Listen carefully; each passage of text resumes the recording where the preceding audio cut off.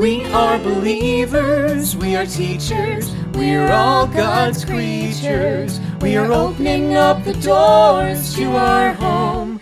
We cherish the moments when we see our children with faith burning strong, learning at their own paces, smiles on their glowing faces. We're caring for their education. Come and join our family at Eden Hope Academy.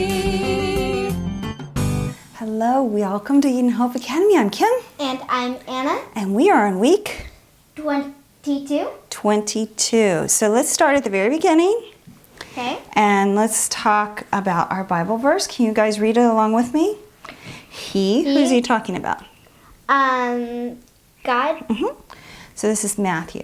He causes the sun to rise on the evil and the good, and sends rain on the righteous and the unrighteous. That means everyone. If you love those who love you, what reward will you get? Are you not even the tax collectors doing that? And if you greet only your own people, what are you doing more than others? Do not even the pagans do that? Be perfect, therefore, as your heavenly Father is perfect. So what do you think that means, Anna? It means that you should love others as yourself, and so you should. So God causes the sun to rise and the evil to on the.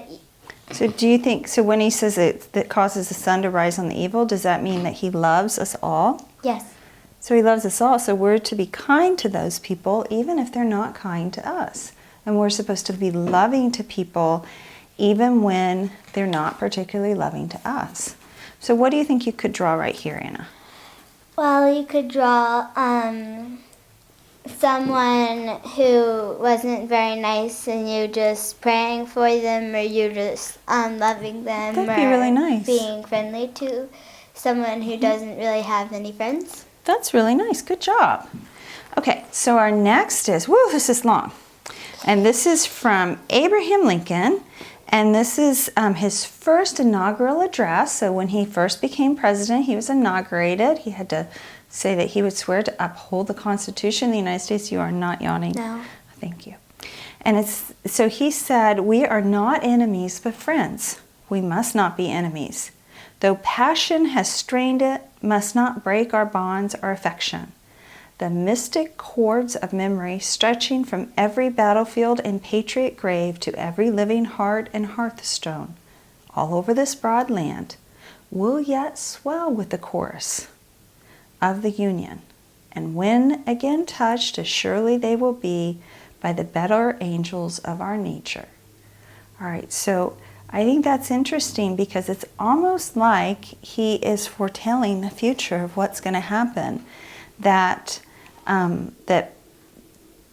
he's saying to people, we don't want to have these strains in us. And the stretching from every battlefield and patriot grave, that he's probably talking about patriot, meaning the American Revolutionary War. But there were a couple wars after like that, like the War of 1812 that happened.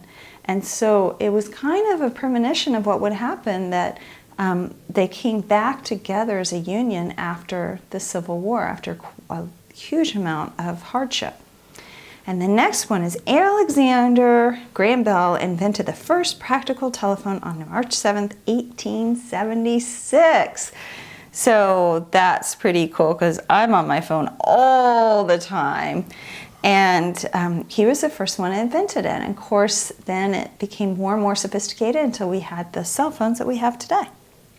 And finally, deserts in the United States include the Chuahan.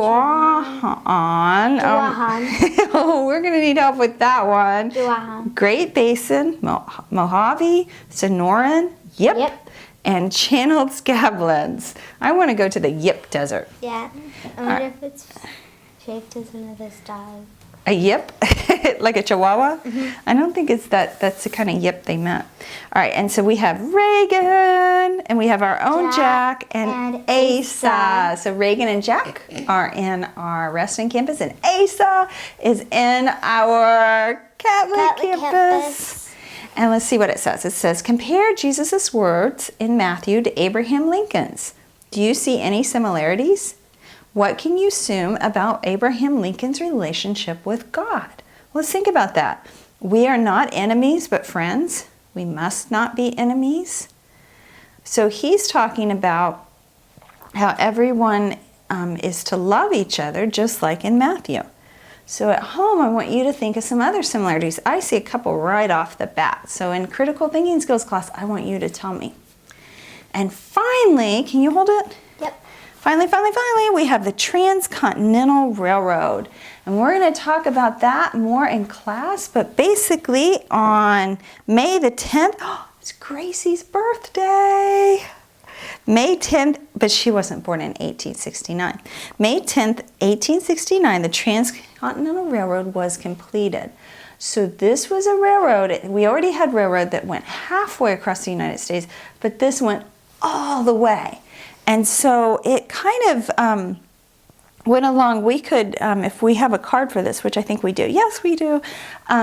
We could say like the Monroe Doctrine would be a good link to this, because if you remember the Monroe Doctrine, they said that in the entire part of the United States, or the whole latitude and longitude, could not be colonized. So they were really saying that they were going to take this whole area for the United States of America.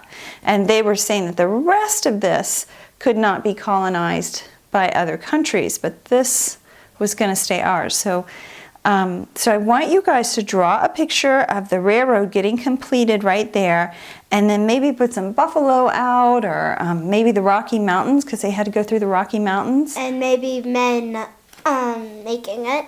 Right. Finishing it. Right. And then this week we're going to do a record player, which is going to be so much fun. Is this week 22? Yeah.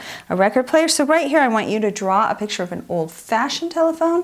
And right here I want you to draw the coolest telephone, the coolest cell phone that you could ever imagine and what it would do. I think if I had a really cool cell phone, it would like make dinner for me. I think that would be really cool. Or it would order stuff. It would just order stuff for you. I think they already do, but Really? yeah. Oh. Okay, so thank you so much. Bye.